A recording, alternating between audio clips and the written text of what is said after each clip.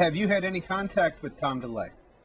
No, not since the election. I have not seen him once. I saw him a time or two before it, and then before he dropped out of the race earlier, I had seen him a number of times. Interestingly enough, some of the people who had been supportive of him are now supportive of me, and I think that district was truly ready for a change as well. And I'm proud of what I represent. I believe that the people saw in me a fresh face, one that is going to truly buckle down and try to make a difference on the issues that I talked about: homeland security, fiscal responsibility, education, health care. Those were critical things for me. I said early on that I was not going to run against Tom DeLay, that I was going to go and run for these issues to make a difference for the people of the 22nd Congressional District of Texas. I think they heard me, and they sent me here to be their voice, and I'm going to do my best to accomplish that task. Tim Curran has another question, sir. Hey, Tim. Yeah, Congressman, one of the changes that the Democratic majority has put in is there's been discussion about the work week. You know, they really pilloried the Republicans for being a do-nothing Congress, talking about, 4- and 5-day work weeks, which obviously would be a big change. But as Peter pointed out, you're somebody who's going to be under a lot of political pressure at home going into this election. How are you going to try to balance those two, those two pressures? Well, believe me, it's not easy. And ask my family. They know what it's like for us to spend days up here in Washington, D.C., and then when I get back home, to be in my car traveling through the district trying to see people to make sure that they know what I did during the week in Washington, D.C., and to listen to them to find out what issues I must take back to Washington to make the difference with. And I'll continue to do that. It will not be easy. Hopefully I'll find the innovative ways to communicate with my constituents. I will be using teleconferencing as much as I possibly can from here. I'll try to use the media. Thank you guys for what you do because you help us get our message to our constituents, and that's extremely important. But I will be on the ground a great deal in Southeast Texas, and hopefully they will see the kind of person that I am, one who believes that the system can work for the people, and I'm going to do my dead level best to make sure that they know that about me. Congressman, how much did you end up spending on this campaign? I wish you hadn't asked. Right around a little bit more than $3.5 million, almost $3.7 million.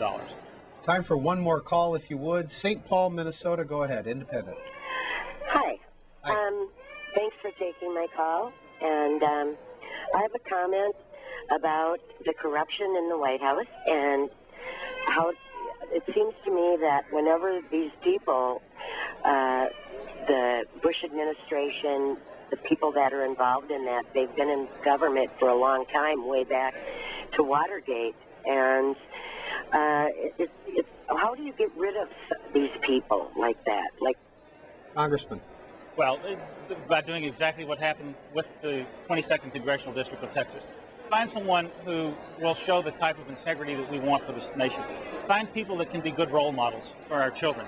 Find people that are willing to come up and sure they can be partisan, but that they're going to do the right thing for the United States of America first, and then their party, and not make it about themselves. I ended up leaving Congress 2 years ago with more debt than I came with. Did I have an opportunity to do differently? Perhaps.